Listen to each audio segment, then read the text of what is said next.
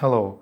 So here's the problem number 3, and in this problem we are given unsorted non-integers array and one number, and we have to find out continuous subarray within this array whose sum is equal to the given number.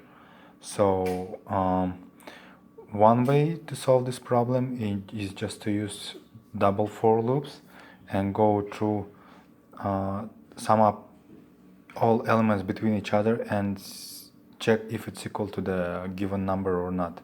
But it's not most efficient way because its time complexity is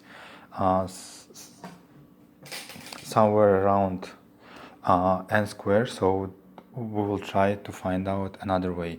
And another approach is just starting, like sum up all the elements between each other, and once we exceed our calculating sum is exceeding the sum that our target sum that then we're just decrementing the first elements from our calculation. So how it's gonna work? For example, these are our given array and this is the target sum. We're just summing up all elements, so 1 to 4 5, then 5 to 20 25. It's still less than 33, so we're summing up 25 to 3, it's 28. It's still less than 33, so that's why now we're summing up 28 with 10. Now we see that it's 38 and it's greater than 33. Then starting from this point we will just decrement our first elements from our calculation. So first we will just starting from this element -1, it will make it 37. It's still greater than 32. Then we will just decrement next element, which is 4, and after that we will see that it makes 33, which is equal to 33. At that point we'll just return indexes of 20 and 10. So it will mean that our continuous subarray lies between indexes 2 and 4. So how our function will look like? So I think we will return a list of integers in this function. I will call it find subarray, and the input indexes will be array itself, the target sum, and let's add like array length as n. So at the beginning we'll declare two variables. One is current sum, which will be at the beginning the first element of the array. The next will be the index, the starting index, which will be the 0. And after that we will just initialize our for loop starting from the next element after first. So we will start from the first, from the second element, which lies at the index 1, and we will run our for loop until it will be equal to the length of an array, and we will decrement each time our I variable. So at the beginning we will check if our current sum is not greater than our target sum, and also at the same time we'll just also make sure that our starting index is still within the array, so it's less than I minus 1. So if it is, if our current sum is greater, so as I told you before, we'll just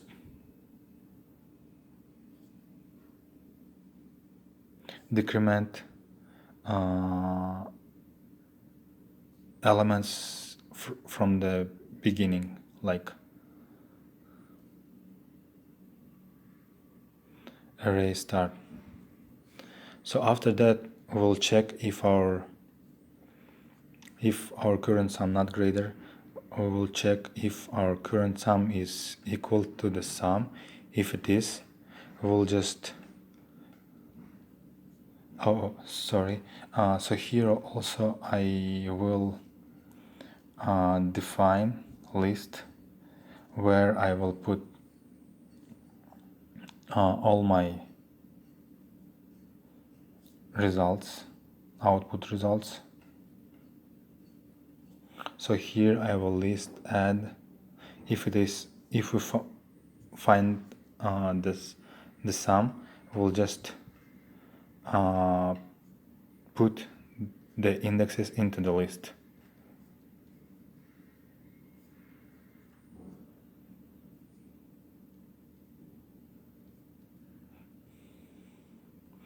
And after that we'll just return this list.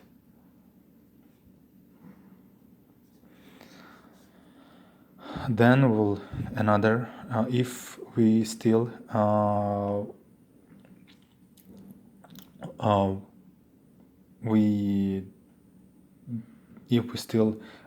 not finding the equations, so we will just keep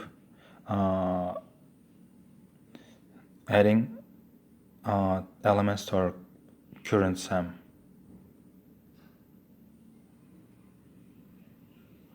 So we'll keep incrementing the value of current sum by adding next elements from the array.